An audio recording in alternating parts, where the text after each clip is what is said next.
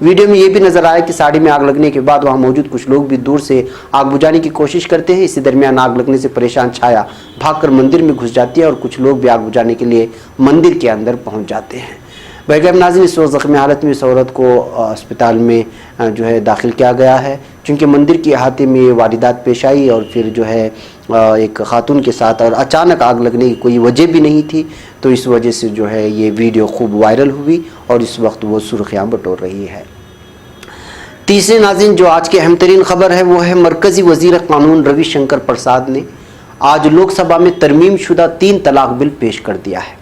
لیکن بل پیش کرتے ہی کانگریس نے اس کی مخالفت شروع کر دی. کانگریس رکن پارلیمنٹ ششی تھرور نے 3 طلاق بل کے ڈرافٹ کی سخت مخالفت کرتے ہوئے کہا کہ میں 3 طلاق بل کی حمایت نہیں کرتا کیونکہ یہ بل مسلم خاندانوں کے خلاف ہے. ششی تھرور نے مزید کہا کہ صرف ایک طبقے کو دھیان میں رکھ کر بل کیوں لایا جا رہا ہے، اس بل سے مسلم خواتین کی حالت میں کوئی تبدیلی نہیں آئے گی. کانگریس کے علاوہ کچھ دیگر اپوزیشن پارٹیوں کے اراکین پارلیمنٹ نے بھی 3 طلاق بل کی مخالفت کی. یہ آئی ایم کے سربراہ اسدالدین اویسی نے اس بل کی مخالفت کرتے ہوئے لوک سبھا میں بیان دیا کہ 3 طلاق بل خاتون مخالف ہے، اس لیے اس کی حمایت نہیں کی جا سکتی. اویسی نے اس بل پر سوالیہ نشان لگاتے ہوئے حکومت سے کئی طرح کے سوالات اور اعتراضات کیے. اس میں سے انہوں نے کہا کہ آپ کو مسلم خواتین سے اتنی محبت ہے تو کیرلا کی خواتین کے تئیں محبت کیوں نہیں ہے؟ آخر شبری مالا پر آپ کا رخ کیا ہے؟ اپوزیشن کے اعتراضات پر وزیر قانون روی شنکر پرساد نے ناراضگی ظاہر کی اور کہا کہ عوام نے انہیں قانون بنانے کے لیے منتخب کیا ہے اور پارلیمنٹ کا کام قانون بنانا ہے. ساتھ ہی انہوں نے یہ بھی کہا کہ گزشتہ پارلیمنٹ کی مدت کار ختم ہونے کی وجہ سے دوبارہ اس بل کو لوک سبھا میں پیش کرنے کی ضرورت پڑی